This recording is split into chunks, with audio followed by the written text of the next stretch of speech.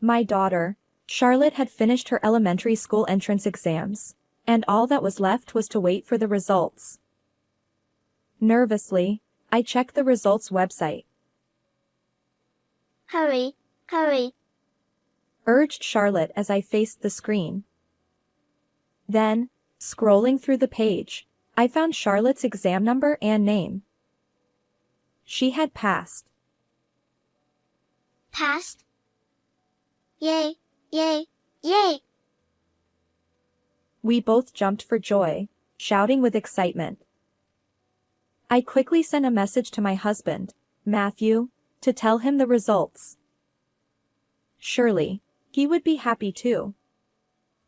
I even had a faint hope that he might drop everything and come rushing home. But there were no words of congratulations or acknowledgement of her hard work from him. I'll be late because of work. Then I have a business trip. That was all his message said. I knew he was busy, often working even on weekends. But couldn't he at least share in our joy this one time? Why was it just a business-like message? Couldn't he imagine how hard Charlotte had worked? 3 days later, he came home, looking triumphant. He handed me a souvenir and patted Charlotte on the head. Congratulations on passing. You did it. Daddy, you did it too. Immediately, she pulled out several photos and scattered them in front of him. As soon as he saw them, his face turned pale, and he began to tremble. My name is Linda Smith. I'm a 40-year-old housewife. I got married about 7 years ago, and now I live with my husband, Matthew, and our daughter, Charlotte. When I first met Matthew, he was a company employee, a serious workaholic. I was drawn to the way he laughed innocently like a child.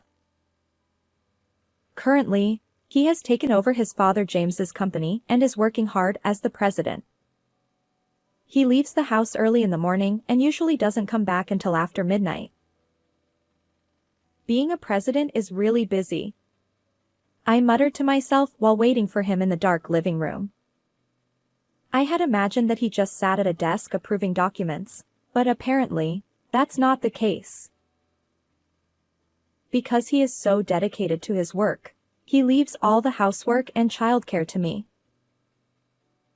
I'm busy with the company, so I'll leave the house and Charlotte to you.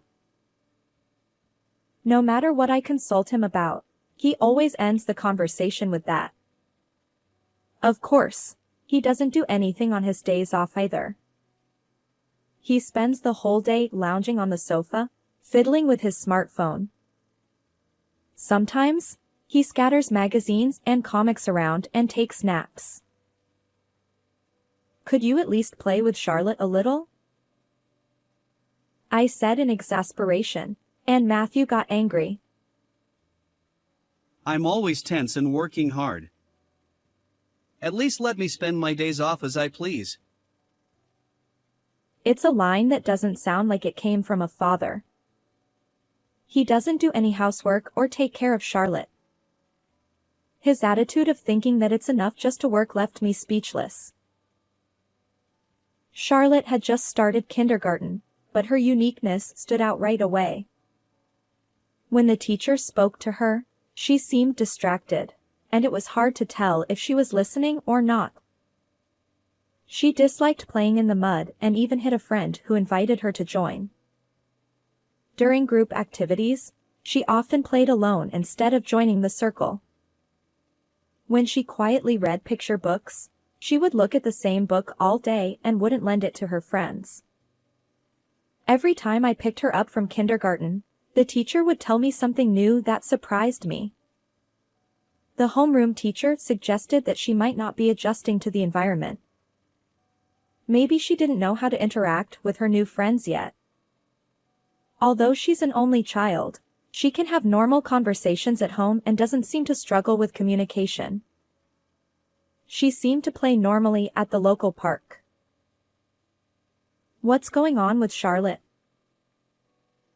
I began to worry that she might be different from other kids since she started kindergarten. I talked to other moms, but they didn't think she was that unusual. I once tried to talk to Matthew about it. Charlotte isn't fitting in at kindergarten? Yes. She seems to play alone all the time and can't seem to play with her friends. Matthew responded with a disinterested,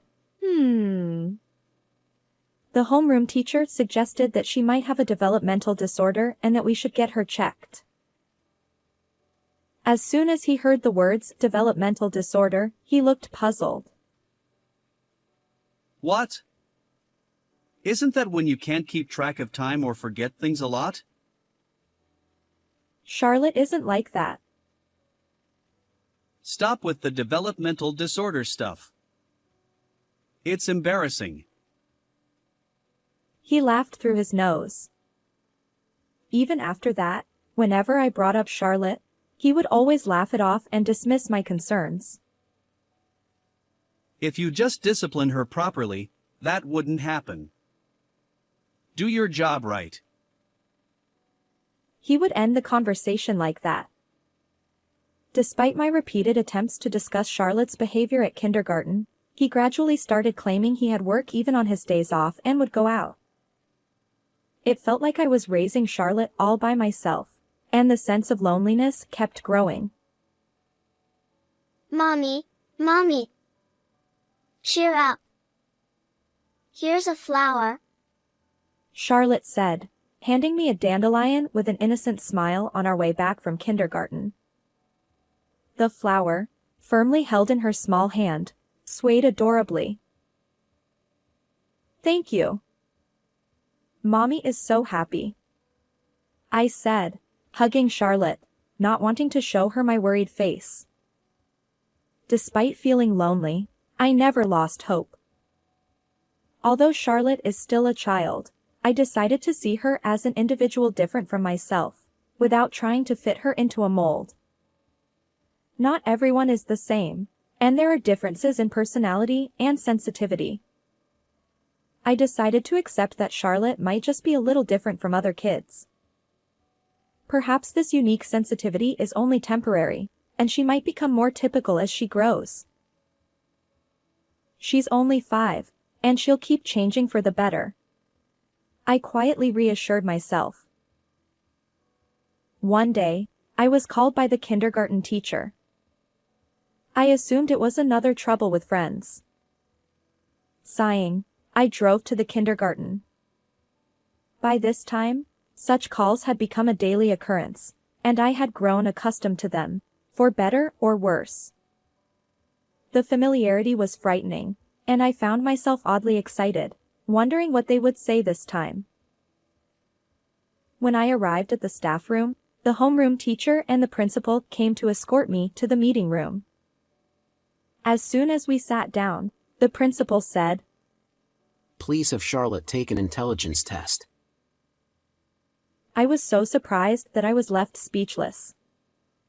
My mind couldn't keep up with this unexpected turn of events. Are you saying that my child isn't very smart? I asked. The homeroom teacher quickly interjected. No, it's quite the opposite. She's actually exceptionally intelligent. The teacher pulled out a drawing that Charlotte had made and showed it to me. It depicted pansies and marigolds in a flower bed, and it looked like an accurate sketch. Each petal and leaf vein was intricately drawn, with shadows carefully added. Even though it was a black and white drawing, it gave the illusion that the flowers were actually there. It was not the level of drawing expected from a 5-year-old. Additionally, Charlotte seems to have an exceptional memory. She remembers things like who said what and when, even if it was days ago. This has caused trouble several times. If I recall correctly, there was an incident where she made a friend cry during an argument about who said what. Moreover, when a new picture book is read to Charlotte, she remembers the title, author, and every single word of the content after just one reading. When the teacher tries to read that book to the class, Charlotte starts reciting the rest of the story, saying, "I know that one." Is that really possible? My daughter? I thought back to how she was at home, but she had never drawn such intricate pictures or recited picture books. She usually watched videos on her tablet or looked at the motorcycle magazines and comics that Matthew had left lying around. However, both the homeroom teacher and the principal nodded solemnly at my incredulous expression. They strongly recommended that I have her take an intelligence test because it could affect Charlotte's future. At the time, I was skeptical, thinking that might be an exaggeration. I found out that there was a facility nearby where she could take the intelligence test. I made a reservation, but as I watched my daughter playing in the living room, she seemed no different from any other child. But, now that I think about it, I remembered something that had caught my attention. When Charlotte was playing house at home, she had arranged stuffed animals and dolls around a toy table. The conversation was about recommended touring routes and the scenic views of the inner bay. Let's go with the 4 of us next time. Teddy will be at the back. She said this to the teddy bear. She seemed to have decided the running order, with herself and the dolls in the middle because they were girls. It might have been something she read in one of Matthew's discarded magazines, but it was a very realistic conversation. It wasn't the kind of talk you'd expect from a 5-year-old, like who was the dad, who was the mom, or what was for dinner. There was another time when my daughter used my laptop. I had opened it to look something up and stepped away for a moment, and Charlotte started using it. "What are you doing?" I asked. Mommy, I want to play chess. Is that okay? She replied. Peeking at the screen, I saw a chess game. It wasn't a children's chess software but the one pre-installed on the computer. Somehow, she had already moved several pieces. I wondered if a 5-year-old could really play chess. "Just for a little while," I said, thinking she would lose quickly. But to my surprise, she defeated the computer in no time. Weak, she muttered, staring at the screen with a sharp gaze that sent a chill down my spine. Once could be a coincidence, but even after several more games, she kept beating the computer. For a 5-year-old girl, her interests seemed quite unusual. "Could you be on your second life?" I asked on the day of the intelligence test, while driving to the support center. What's that? Sitting in her car seat, my daughter looked at me with a puzzled expression. She was just a regular 5-year-old after all. Maybe she was just a bit ahead of her peers. I didn't want to put too much pressure on her by having high expectations. "It's nothing." "Charlotte, you're so cute," I said. I didn't think the test results were that important. As long as Charlotte could be herself and make the most of her unique personality and sensitivity, that was enough. This test was just the first step in understanding her. When we went to hear the results a few days later, we found out that she was a genius with an IQ of 130. What? I was so surprised that I nearly jumped a foot out of my chair. The average IQ for children is around 100. But Charlotte had far exceeded that, scoring an exceptionally high number. I glanced at my angelic daughter with her innocent smile and wondered what she was thinking. IQ? She giggled, saying it was strange. If she had an IQ of 130, it made sense that she could recite picture books and draw sketches. At that moment, I decided to have Charlotte take the entrance exam for elementary school if it would benefit her future. When I informed the kindergarten teachers of the results, They were equally surprised. They were also pleased and supportive when I told them about the decision to have her take the entrance exam. That day, I went home with a stack of elementary school brochures. From then on, our days were filled with studying for the exam. I found a good prep school and planned to prepare her for the test. There were many things to prepare for besides the written test. Despite this, Charlotte seemed to enjoy the enthusiastic guidance from the prep school teachers and studying at home. Mommy, what's next? She didn't seem to mind learning new things and applying that knowledge. Once she learned something, she wanted more and more. Like a dry sponge soaking up water, she absorbed everything. She was also good at drawing, using scissors and glue, and was fairly athletic. Her weakness is that she struggles with cooperating with friends and reading the situation around her. Try to listen to the teacher properly, I said. It's boring.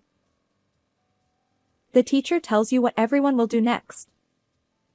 She has a schedule. Your friends follow that schedule too. You can't play musical chairs if you don't know when to start. I don't understand the point of playing musical chairs. Why do we play it? There are several reasons, but one is to learn to play by the rules. Oh, I see. When she understood, her face lit up with a smile. When things were explained step by step, she accepted them surprisingly smoothly. As I continued to teach her in this detailed manner, Charlotte gradually started to get along with her friends. The number of troubles decreased significantly, and I felt relieved. On the other hand, Matthew's attitude towards Charlotte was cold. He was rarely home due to working on weekends, so he hardly saw Charlotte. When he passed by the living room where Charlotte was studying, he would snort. I heard people with developmental disorders are only smart in the head. He would say this mockingly and walk away. His attitude irritated me. Matthew, don't say things like that, I said. How could he say such things without even trying to understand Charlotte? Shut up. I'm tired from work, don't raise your voice. He said, covering his ears with his hands, looking annoyed. He chose to work, so how could he say that? I wanted to argue, but I didn't want to fight in front of Charlotte. She had a good memory, and I didn't want her to hear such embarrassing arguments. The sound of the living room door closing echoed emptily. Was Matthew really only thinking about work? This happened several times, and each time I told him to stop. I'm sorry, Charlotte. Don't pay attention to what Daddy says, I told her. Surprisingly, Charlotte seemed unfazed. It's okay, Mommy. Besides, everything Daddy says is a lie. She said this with a smile, but it wasn't a sweet smile. It seemed more like a cunning grin. What did she mean by everything is a lie? I felt a sense of unease about her words, but it would be a while before I understood what she meant. A few months later, the elementary school entrance exam was over, and all that was left was to wait for the results. The exam was apparently more difficult than expected, and Charlotte seemed a bit unsure of herself.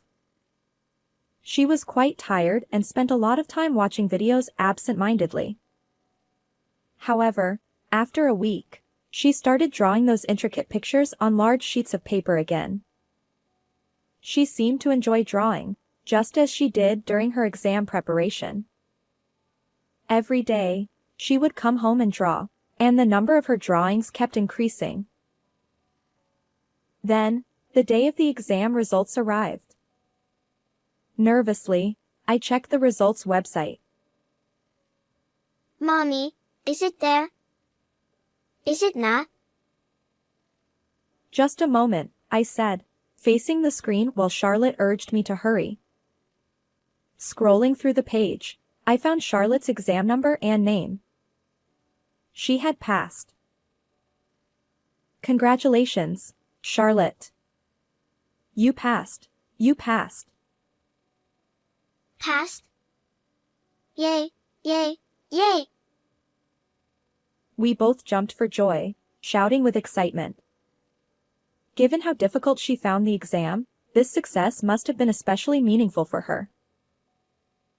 We had to celebrate Charlotte's hard work and success. So, I quickly sent a message to Matthew to inform him of the results. Surely, he would be happy too. I even had a faint hope that he might drop everything and come rushing home. But that hope was completely shattered.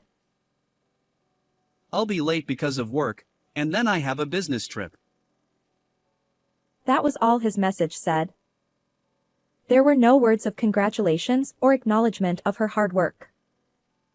It was just a business-like message. At that moment, I felt something snap inside me. I decided to put a certain plan into action. Although I wasn't feeling calm, I couldn't show it in front of my daughter. I carried on, holding on to my unresolved feelings, and waited patiently. 3 days after Charlotte's exam results were announced, Matthew came home in high spirits. He entered the living room humming a tune, smiling as if his previous attitude had been a lie. He handed me a souvenir and patted Charlotte on the head. Congratulations on passing. Well done. Daddy, you messed up too. Immediately, Charlotte pulled out several photos and scattered them in front of Matthew. The photos showed Matthew with a young woman, looking very affectionate on a trip. He was smiling at her in a way I had never seen him smile at me. What? How? He looked confused, with question marks practically floating above his head, wondering how his actions had been discovered. I, on the other hand, looked at him with a cold stare.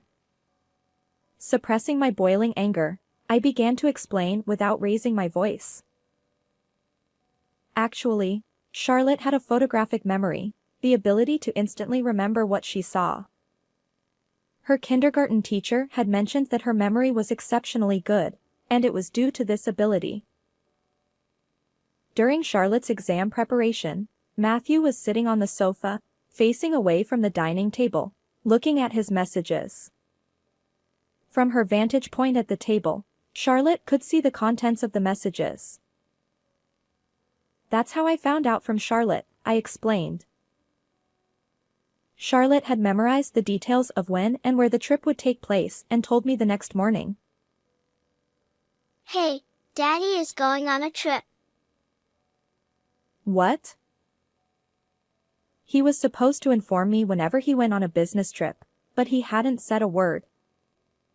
That was the moment I realized something was wrong. I asked Charlotte for more details. When she said, "Everything Daddy says is a lie," I didn't understand what she meant at the time. But she said it because she knew Matthew was pretending to be on a business trip while actually traveling with another woman. There's no way that's true. This isn't a comic book. I've been suspicious of you for a while, I said. What? Matthew looked as if he'd been hit with a ton of bricks. The truth is, his parents had subtly hinted at his infidelity. His father, James, had already retired but had heard about Matthew's actions through old acquaintances. At first, I didn't want to believe it. But when I heard from Charlotte, I immediately contacted your father, I continued. Why? He told me to let him know if anything happened with you. I tried to get the scheduled details from Charlotte.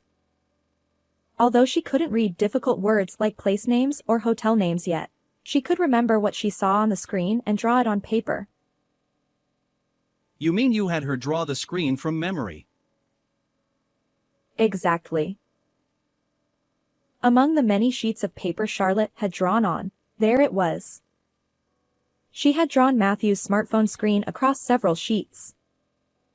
I pulled them out and showed them to Matthew, just as the kindergarten teacher had shown me before. The drawings included not only the conversation but also the battery level and the time the messages were sent. Even Leonard da Vinci would be impressed. Matthew turned pale and started trembling as soon as he saw the drawings.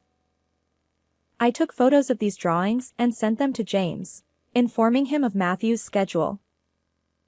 James secretly went to the location and took photos of Matthew and his mistress during their trip. Faced with this evidence, Matthew had no way to deny it. No way. This can't be happening. He looked at Charlotte, who was standing nearby, with a face that clearly said, "I can't believe this." He never imagined that the daughter he had mocked so much would get back at him like this. I stepped between Charlotte and him, deciding to change the subject. "By the way, your partner is a beautiful 27-year-old secretary, right? Your father knows about her too." What, that is? "Could you introduce her to me and these two as well?" As soon as I finished speaking, the door opened, and his parents walked in. They had been hiding in the back room all along. Matthew turned even paler and started sweating profusely. I even wondered if I should get him some water. He looked at his parents, then at me, and finally at Charlotte, fumbling with his hands and mouth. "Matthew, let's hear your explanation." James was furious, to the point where you could almost hear a dramatic sound effect. He looked like he was about to sprout horns like a demon. Seeing his own father like that, Matthew finally held his head in his hands. I'm sorry, Dad. He was trembling like a deer in headlights. Clearly terrified. No, it's not like that with the secretary, it's just that. "Oh, really? From Charlotte's drawings, it looks like you're quite close." James responded immediately.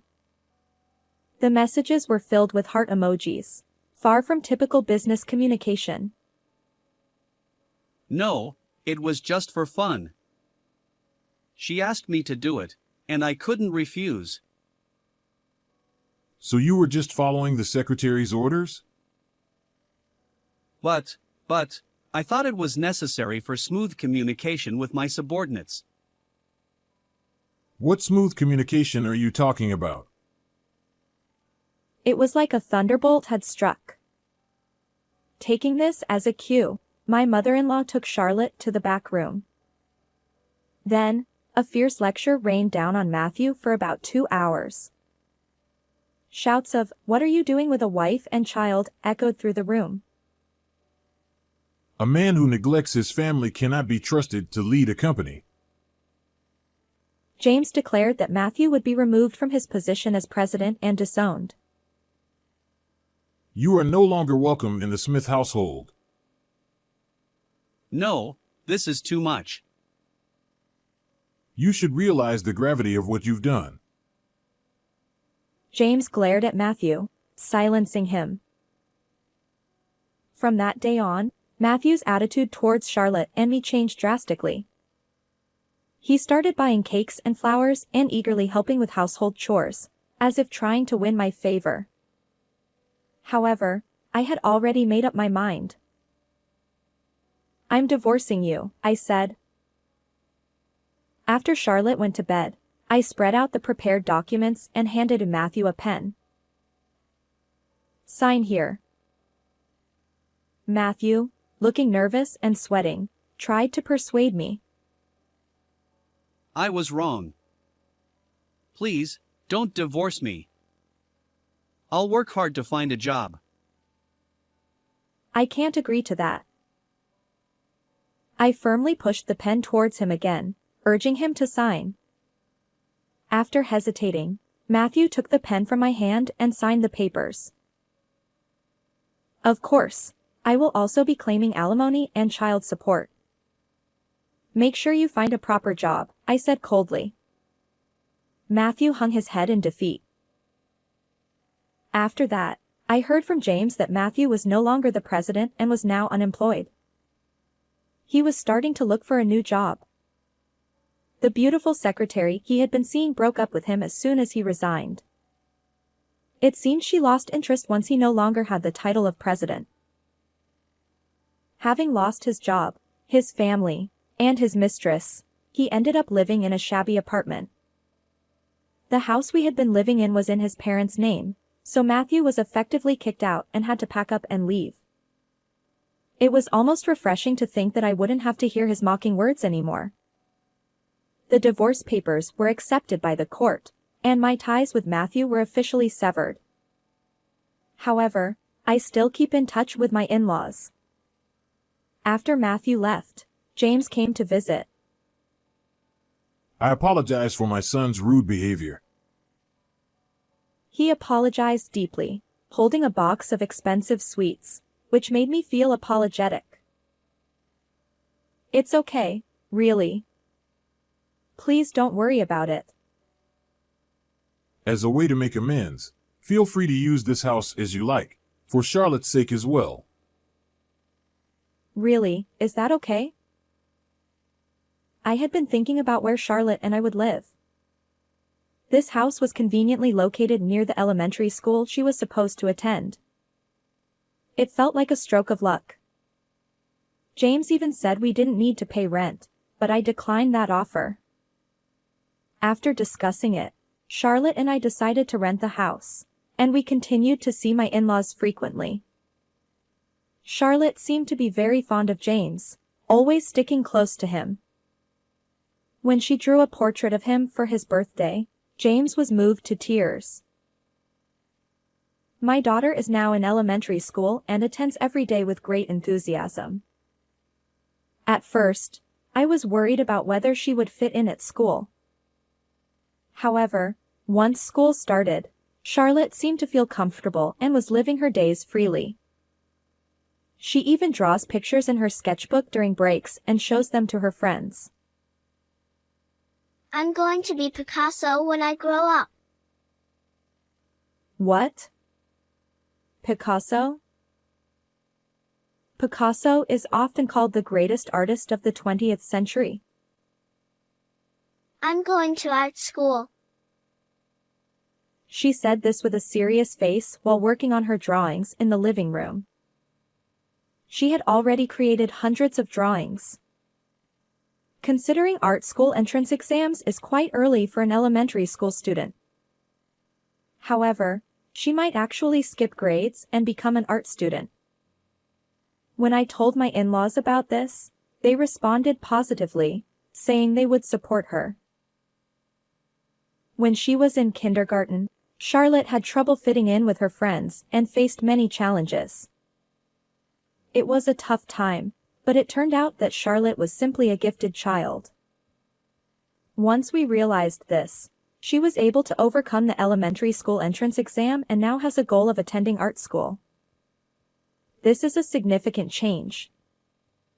Believing in her abilities and talents was not a mistake. Though she is small, she is now taking her first steps forward. I want to continue supporting Charlotte so that her future will be bright, even if my contribution is small. How did you like this story? Please don't forget to subscribe to the channel. See you in the next video.